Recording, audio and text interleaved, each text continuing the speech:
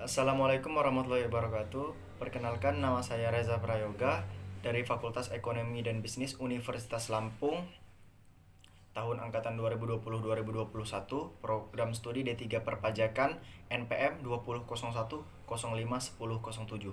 Di sini saya akan menyampaikan sedikit resum mengenai PKKMB Universitas Lampung tahun 2020-2021 yang sudah kami semua ikuti selama kurang lebih 4 hari.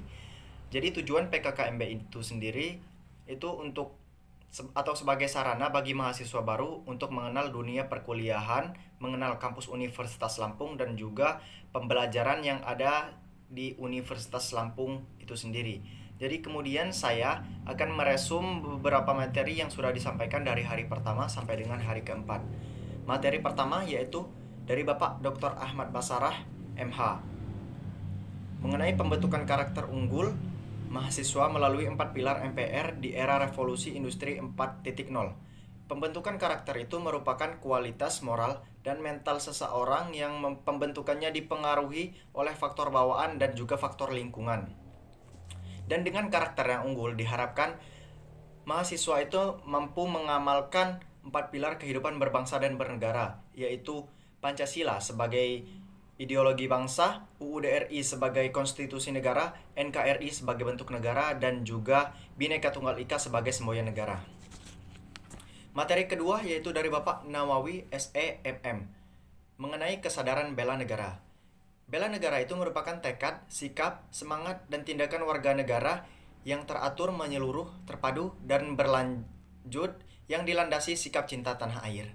Kesadaran bela negara itu wajib dilakukan oleh semua orang, dan bela negara itu tidak hanya berupa perang, karena mengingat pada zaman sekarang ini kita sudah melewati masa penjajahan dan kita sudah merdeka.